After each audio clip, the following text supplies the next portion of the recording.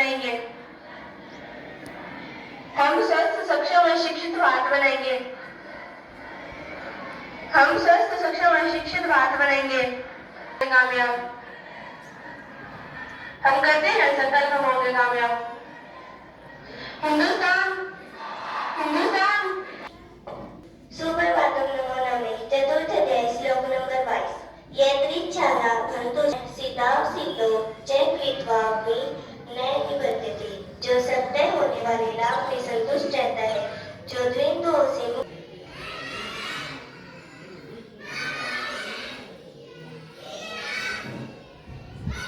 Right answer 366. Third question is Gateway of India is located at right answer Goa. Fifth question is which is the largest state?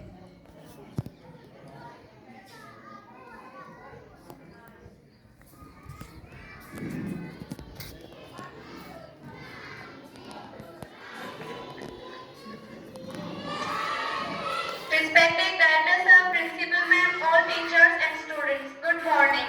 धनपति का दुख और सन्यासी की चाल।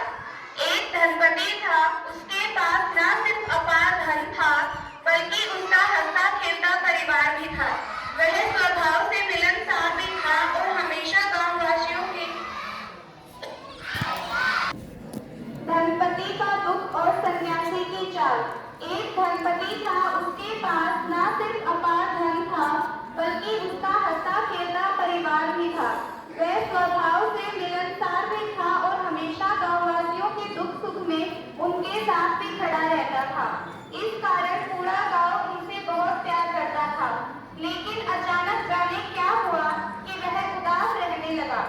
वैसे बात तो कुछ भी नहीं थी, पर छाई उदासी थी कि जाने का नाम ही नहीं ले रही थी। धीरे धीरे कर उदासी का आलम यहाँ तक आ पहुँचा कि वह मूक ही हो गया। अधिकांश समय एकांत में गुमसुम तरीके से दिन बिताने लगा।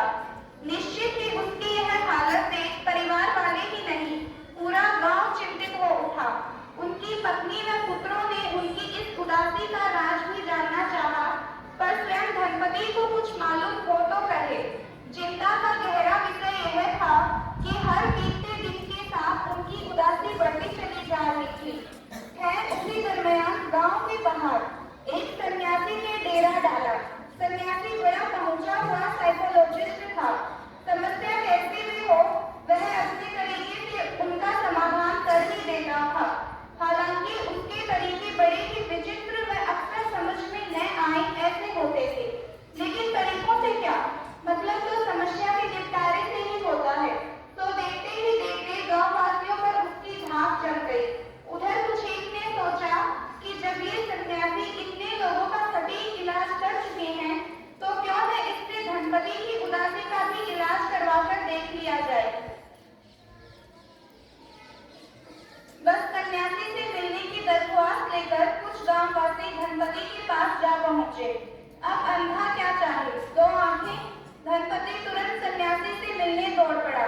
उसने जाते ही सन्यासी के चरणों में सिर झुकाते हुए कहा, आप कुछ भी करें पर मेरी कभी न खत्म होने वाली उदासी से मुझे निजात दिलवाएं। मेहरबानी कर मेरा मस्ती से भरा स्वभाव फिर लौट आए, ऐसा कुछ करें। सन्यासी ने धनपति की सारी बातें बड़ी शांतिपूर्वक सुनी। उसकी आंखों में झांककर उसका व्यक्तित्व भी अच्छे से टटोला। फिर 2 मिनट के चिंतन के बाद उसे आश्वस्त करते हुए बोला, मैं तुम्हें खुशी से तो भर सकता हूँ, परंतु उस हेतु तुम्हें धन का दान करना होगा। बताओ खुशी पाने हेतु तुम कितना धन दान कर सकते हो। धनपति बोला, महाराज आप मुझे मेरी मस्ती लौटा दें तो मैं कुछ भी कर सकता हूँ। 10,000 स्वर्ण मुद्राएं दान करने को तैयार हूँ। सन्यासी बोला, उससे क्या होगा, खुशी इतने सस्ते में पाना चाहते हो। धनपति बोला, ठीक है, मैं 10,000 स्वर्ण मुद्राओं के अलावा छोटा थैला भर हीरे जवाहरात भी दान कर दूंगा। सन्यासी अब की बड़ी गंभीरता से बोला, बड़ी कम कीमत लगा रहे हो अपनी खुशी की, परंतु इतने से काम नहीं चलेगा। अगर पूरा खजाना दान करने को राजी हो जाओ तो ही मैं तुम्हें खुशी से भर देने को राजी हो सकता हूँ।